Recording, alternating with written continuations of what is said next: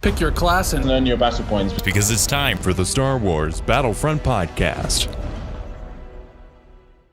This episode of the Star Wars Battlefront podcast is brought to you by our patrons on Patreon. Head over to patreon.com/Battlefront podcast to help support this show. We're also brought to you by our PayPal supporters, paypal.me/tie-dye-sheep, TYEDYESHEEP. Welcome to episode 107 of the Star Wars Battlefront podcast. I'm your host, Sage Goodwin, joined by my brother and co-host, Sam Goodwin.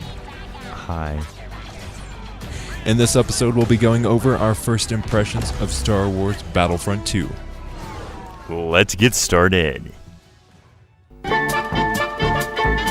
Before we get started with the actual episodes, we have a few announcements to make.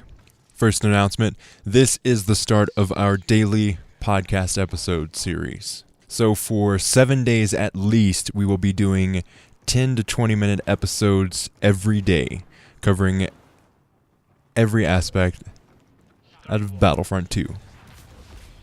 Yes, we will. So that means more content for you, so we can cover all of the massive news of Star Wars Battlefront 2. Yes, and then after that we will possibly move to a 2 episodes a week, where one episode will be me and you talking, Sam, and then another episode later that week, probably a day in between, we will be doing possibly interview episodes where I could interview someone and then you can interview someone, Sam. Nice. Unheard of. Sam doing interviews. You've been missing out, Sam. Mm-hmm. Our second announcement is we are launching the Patreon exclusive show that we've all been talking about. And even if you support us through PayPal, you will get the opportunity to listen to this podcast. All you have to do is say, hey, I want to listen to your Patreon exclusive show, and then I'll give you a link, and then you can listen to that. So even if you support us through PayPal, you get access to that show either way. And in that show, we won't be covering news or anything like that, so even if you don't support us, you won't be missing out on news and that kind of stuff, or strategies. Yeah, we're not EA. Yeah. And, but what we will be going over is kind of like an audio log of what we've been doing in Battlefront, so kind of the experiences that we've been doing, some of the wacky things that we've been doing that day that we recorded. If you want to check that out, you can support us and get access to that exclusive show.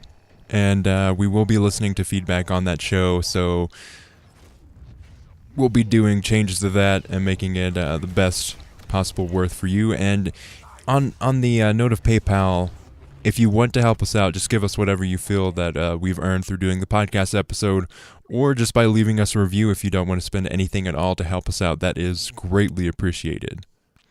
Now, though, let's talk Star Wars Battlefront 2.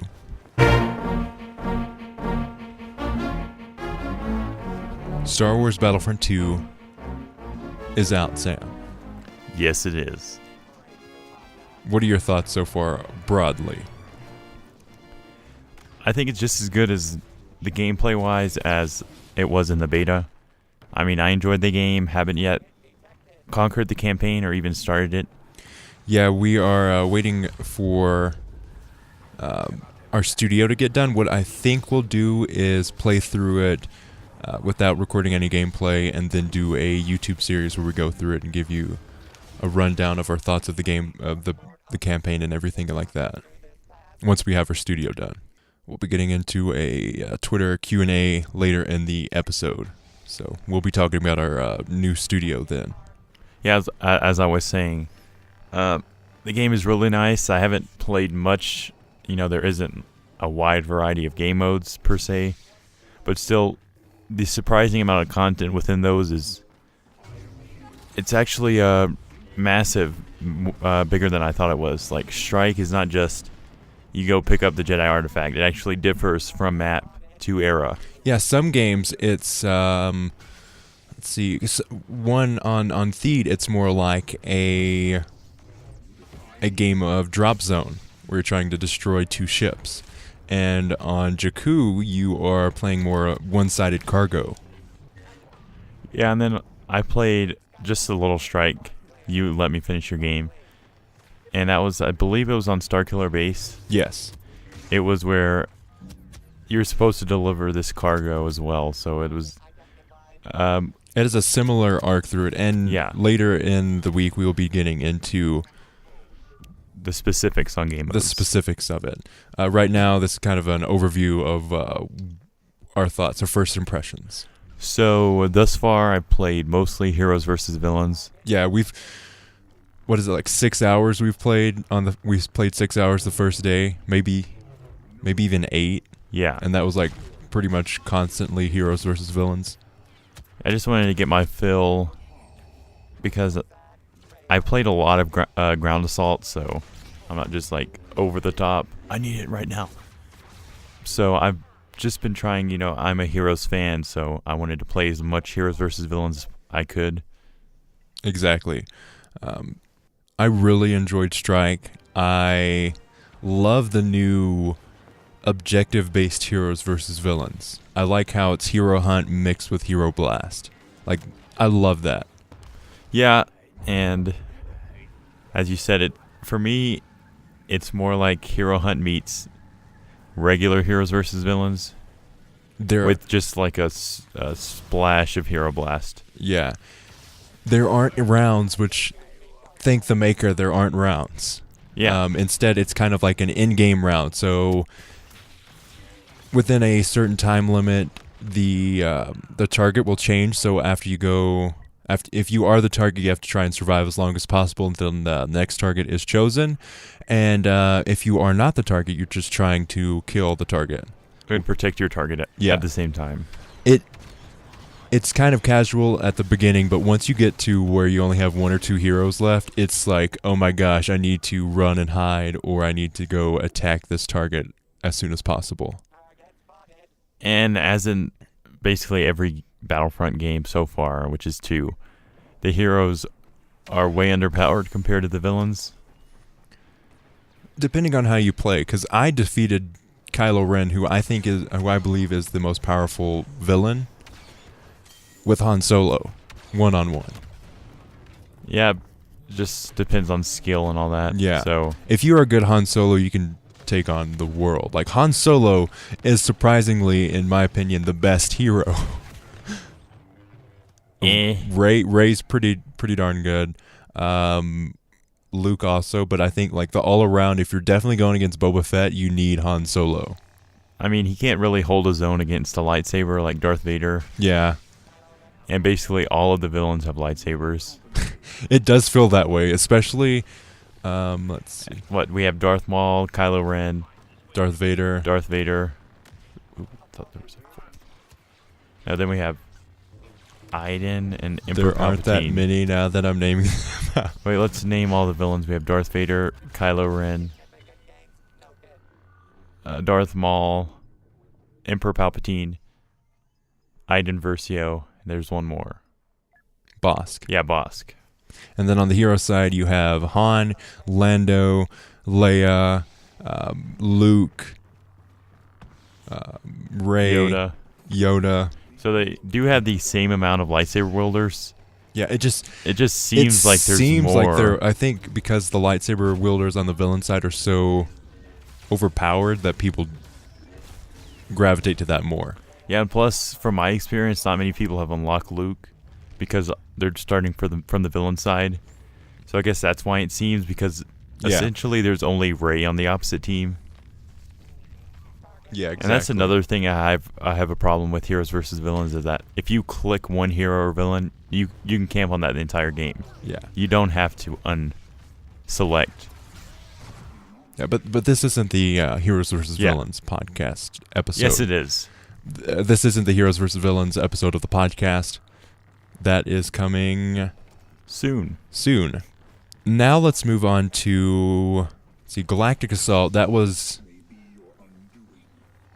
kind of got stale for me on Theed, so every time I see Theed, I'm like, are we in the beta again? But anytime that I'm not on Theed, it is awesome. I love Theed. It's my favorite still. Yeah, it's gorgeous, but I really like the fun of going onto a new map and just saying, oh my gosh, I don't know what's going on, but this looks gorgeous. For me, it's so familiar on Theed. Yeah. It's like an old friend. Yeah, but I don't like.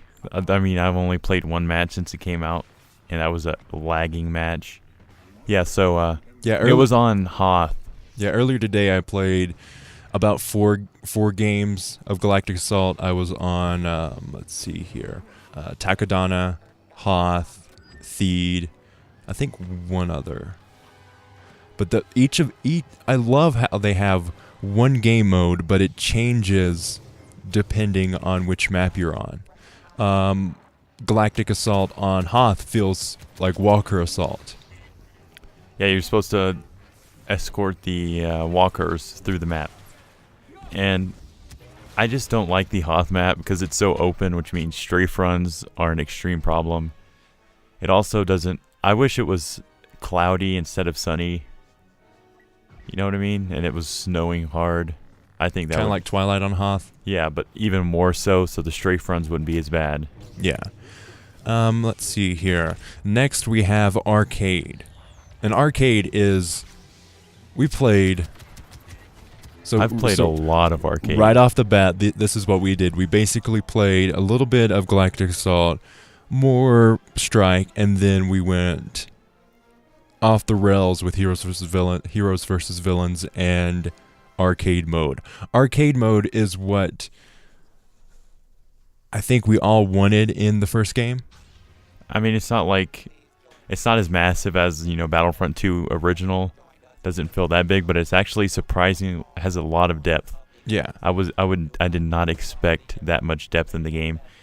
I played all of the co-op battle scenarios, and they're actually super fun. Yeah, they are super well done. Like in the beta, they had the one Darth Maul battle scenario, which was extremely boring, but it varies so much. Like one match, you'll have the Jump Trooper class with faster reload time, which makes it fun. It's just so random and awesome.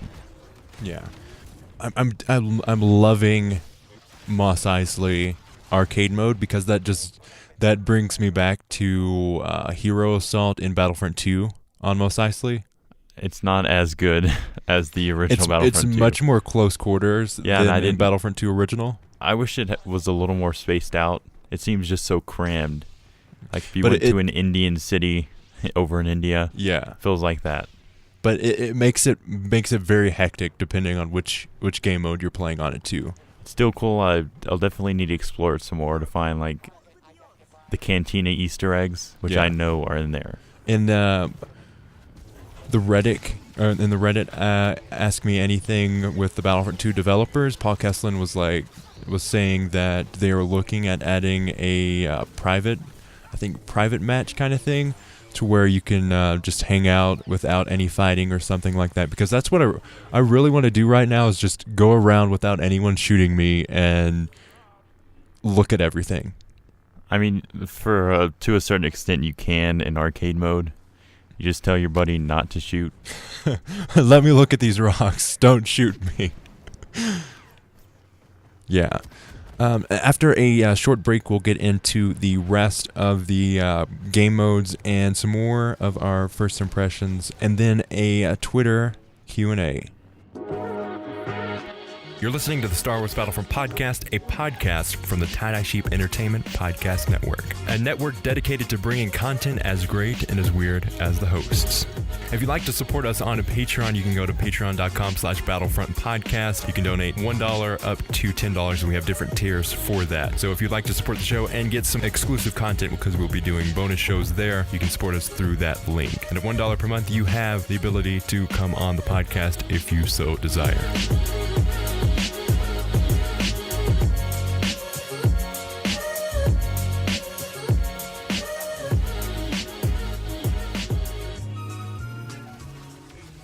Okay, Sam, next on our list, we talked about this a little earlier, Strike. Loving Strike. I love the different ways that it's done everything. Rounds, I'm not the biggest fan of, but now that I've started playing some more, I'm getting the hang of it. It's like, okay, I see how rounds work, and it's pretty enjoyable, especially since depending on who's winning, who's losing after each round, you have a lot of credits saved up, so you can just go in, right at the beginning and be a jump pack trooper. It's definitely a breath of fresh air apart from all the other game modes. I still have yet to play Blast, but this game mode seems like if you're tired of large game modes and you don't want to play heroes really, that's your game mode. Yeah. If you want to level up your weapons and your class and that kind of stuff, unlock more things through the rewards challenges, Strike is the way to go because you just keep on getting kills and kills. Well, a lot of the times that I've been playing Galactic Assault, it's been hard to actually find people to actually to get kills for those. Next, speaking of Blast, I played 2 rounds of Blast. I'm not the biggest fan. It's just too hectic for me, and everyone is everywhere shooting you in the back. It's like, where the heck did you come from, mister? I was in a dead end, and they still find a way to shoot you in the back. Yeah, that's the deal with spawns in Battlefront in general. Like, in Star Wars, this is my side. You guys stay over there. And in Blast, it's just thrown out the window. Yeah, you go everywhere flanking. Yeah, so Blast, right off the bat, it's not my favorite game mode. I think it's my least favorite. Huh. I mean, Strike is a better version because it's Blast with a game mode. Yeah, exactly. But I mean, it possibly might be the way to go in progression in general. But I've still yet to test all of the credit earning and the average I get. Yeah, after the series where we break down everything, like what's included in the game, some of the plus and minuses, we will be doing strategy episodes. So once we get some more play time and we get to just go, we're just going to pick apart Strike and find out the best ways to play on each map. We'll find out the best ways to play Specialist or Assault. Definitely going to be interesting.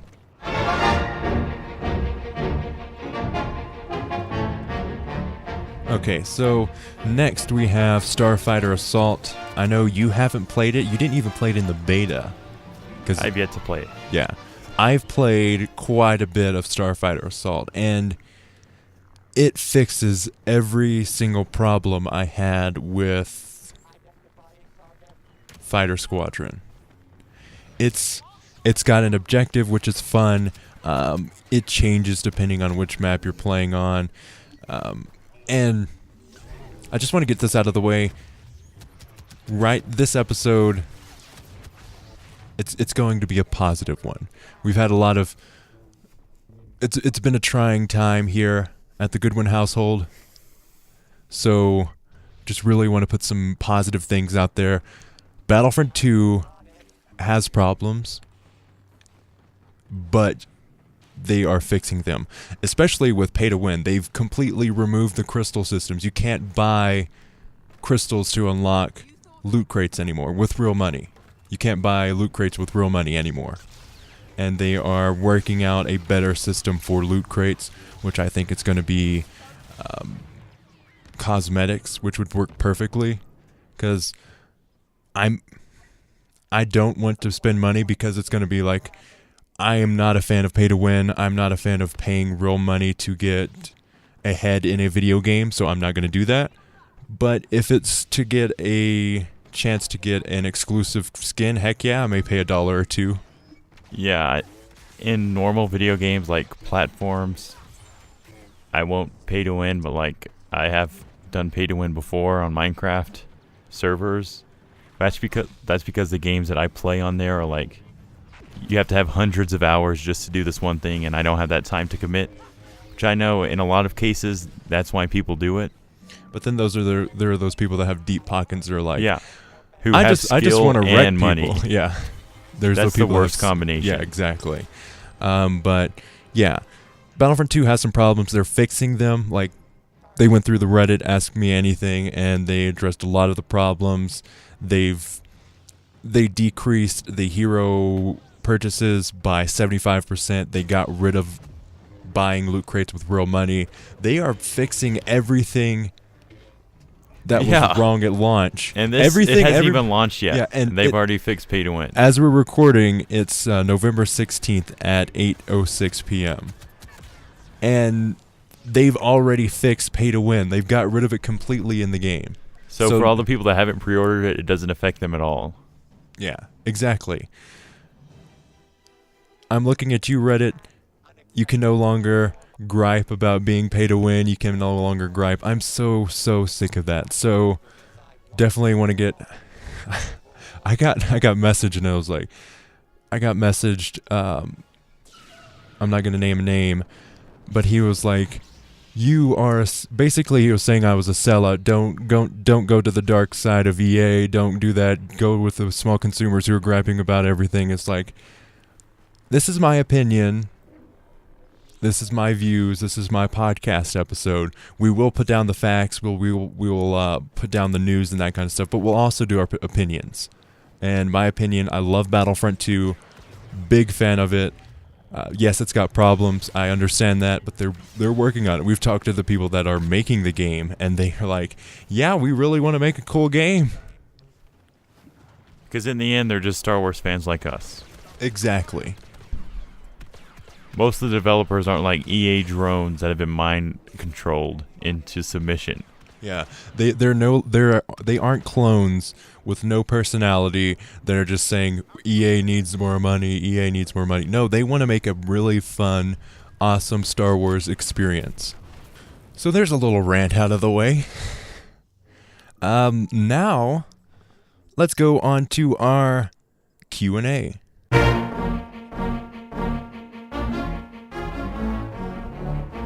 Okay, so starting off with Riss Jenkins at Rissel Elwin 21.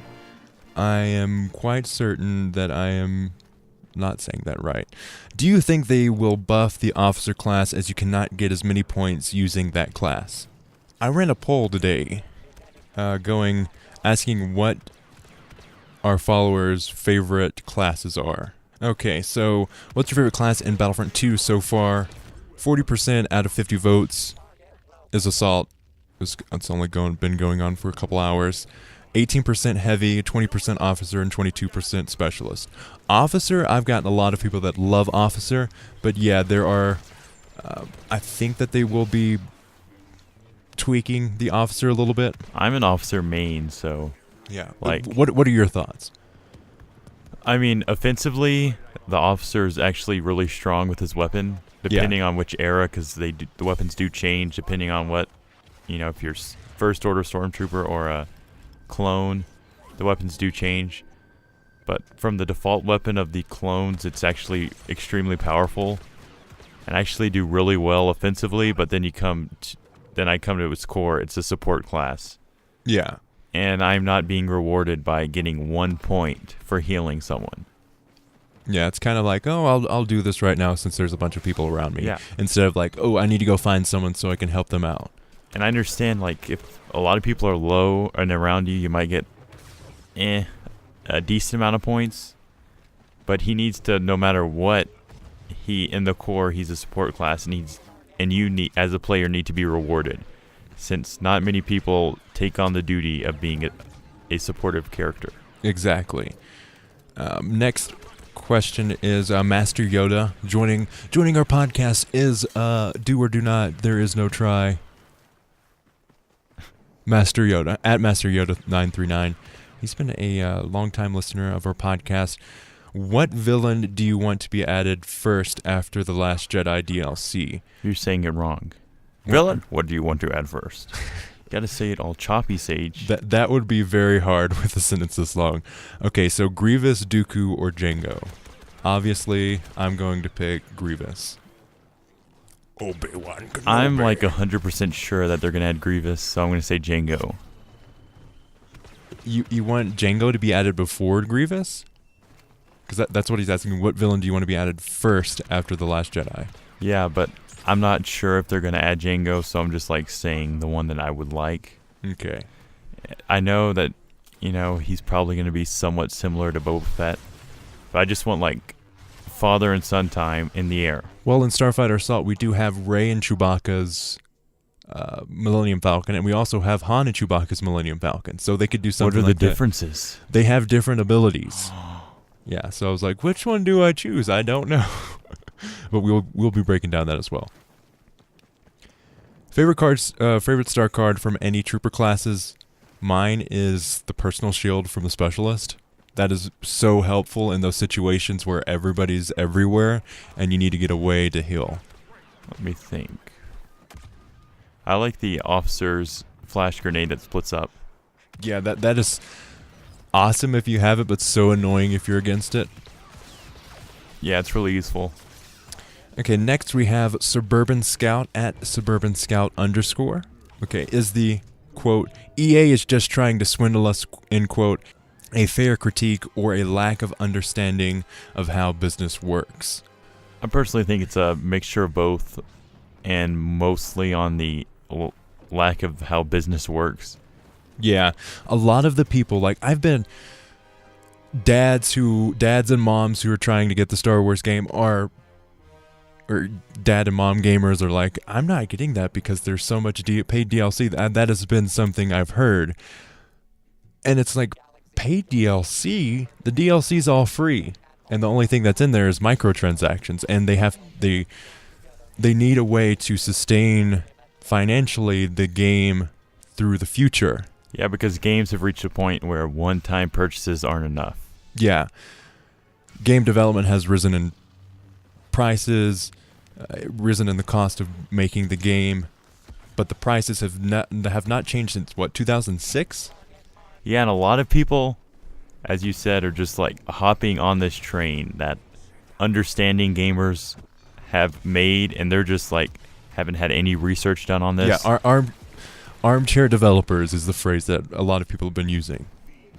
Yeah, so they just, hey, look, this trend's going on. I'm going to jump on it and meme it and not buy this game because of it. Yeah. A lot of that's going on because I talked to someone, and he was like, yeah, it's pay to win. I was like, there's free DLC. You can buy loot crates. And he basically didn't say anything else.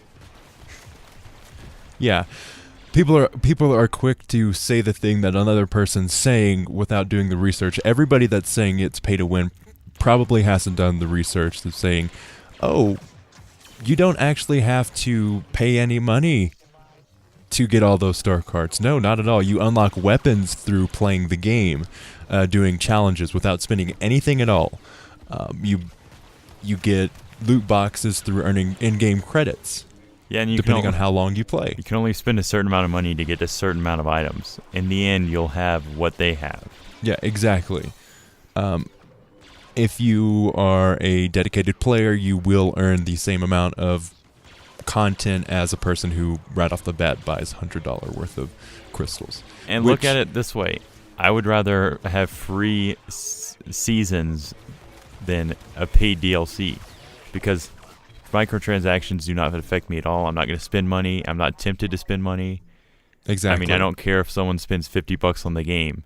I still, in the end, if I have more skill than you, I'm going to win. Exactly. And like I was saying earlier, if you do have, I'd probably pay $2 worth of credits if I have a chance to get a comic book Han Solo skin. Like, that would be awesome. I mean, that's something that I would really be into if they change the whole loot crate aspect to be more cosmetic focused. And this isn't new to the Battlefront series. You could buy upgraded star cards and weapons in Battlefront 2015. Yeah, the first game was more pay to win. You got to buy bypass levels, ranks even. Yeah, you paid $15 and then you got the upgraded, probably worth 50,000 credits. Yeah, exactly. You didn't have to spend time getting ranks. You didn't have to spend the money in-game credits to unlock those different star cards, and you got them with the Black Series. Like, that was more pay to win than this game is. It's just because loot crates, and plus, the Battlefield 1 has a premium pass that was $50. $50. And if you with a season pass. And if you think you didn't waste your money, and I don't think I did, but a few months after the season pass ended, it went down half. You could get the season pass for half of what you paid. Exactly. And this time around, you get to play the maps of The Last Jedi free. You get 2 heroes free. The trade-off is in the future when they do rework things, hopefully it's cosmetics, you will have that opportunity to buy cosmetics that you don't have to do at all. So yeah, and by that time to where it is quote-unquote pay to win, you'll already have unlocked a crap ton of stuff. And it's not going to be quote-unquote pay to win because they've already taken down the purchases of crystals, which was the pay to win aspect of that. Now literally, you don't have the definition of pay to win is getting an unfair advantage. Yeah, and now that advantage is taken away. So, yeah. Definitely something that is a hot topic. And I'm not some EA crony that they paid me to say this. Yeah. I just personally don't think it's pay to win, regardless. I mean, if you dedicate time, you're going to earn skill. Because rather than, unlocking all these cards by using your credit card, you unlocked it through playing the game and spending hours of your time, improving yourself as a player. Spending all that time actually makes you a better player than just buying it outright. And maybe they earn a personal shield in the process. Exactly. You'll get that eventually. Okay, Seth Hartman at Shadowstride. He runs a lot of the Discord, our amazing Discord, which is a very positive place to be if you are a fan of Star Wars Battlefront. Definitely check out the link in the description for Discord, because that is a super fun place. If you are tired of all of the hate of the horrible Reddit, check out our Discord. Okay, so he asks, when will they fix bugs? So he had an issue while playing where he ran into a bug where basically someone died and then kept on going. And I think they will fix bugs after they fix the whole PR nightmare around loot crates and pay to win. I'm going to say it's going to be like a week after it launches. There will be a patch. Yeah, definitely. If not a day one patch. Like, that's something I'd totally expect. Happen. Depending on how dire in need we are of the patch, if it is game breaking. Yeah. Okay, our last question is from Cedric at Cedric SW. What is the progress on the studio upgrade? What have you bought or planning to buy? So, we bought 12 2x4s. We bought 8 4-foot by 8-foot plywood boards. We have around 250 acoustic panels surrounding us right now, and this Sunday we'll be working all day on finishing our amazing new studio. And when that is done, we will be doing video versions of our podcast episodes, which is going to be awesome. So you'll be able to look at us as we talk to each other about Star Wars Battlefront, which is pretty cool, right? Which means we'll have to dress up more. Yeah. You'll actually have to get dressed, Sam. Sadly. But yeah, we've got all of the stuff we need except for a couple lights that we're going to be using. Yesterday I bought the adhesive spray for all of the acoustic panels and the screws that we needed. So we're basically all set. All we have to do is put it together, and that it will be a project for this Sunday. Definitely going to be fun. And I think that wraps up another awesome episode of the Star Wars Battlefront podcast. You can find us on Twitter at SWB Podcast, twitter.com/SWB Podcast. Another plug, our documentary with all of the awesome people involved in the Star Wars Battlefront community on the Battlefront is on our podcast feed, so definitely check that out. I'm working on a YouTube version of that documentary as well. Definitely check that out. I had a ton of fun putting that together. Super proud of that. You can support us on PayPal, paypal.me/tie-dye-sheep, TYEDYESHEEP. Give us whatever you feel we deserve by doing this podcast. It is greatly, greatly appreciated. You can also support us on Patreon, patreon.com/Battlefront Podcast. We'll be able to listen to our exclusive little podcast around 5 minutes. Nothing super major, but if you would like to get access to that and help us out in the process, we would really, really appreciate it. You can also support us without any money at all by leaving us a review on iTunes. We're hoping to get to 50 reviews by the end of the year, so definitely do that if you want to help us out. We have a Discord. Discord link will be in the description of the podcast. Our YouTube channel, the Star Wars Battlefront Podcast, is about to be flooded with content. One day after each podcast episode is uploaded on the podcast feed, we will have a video version on our YouTube channel, as well as exclusive content, tips and tricks guides, and much more. Our email is battlefrontpodcast@gmail.com.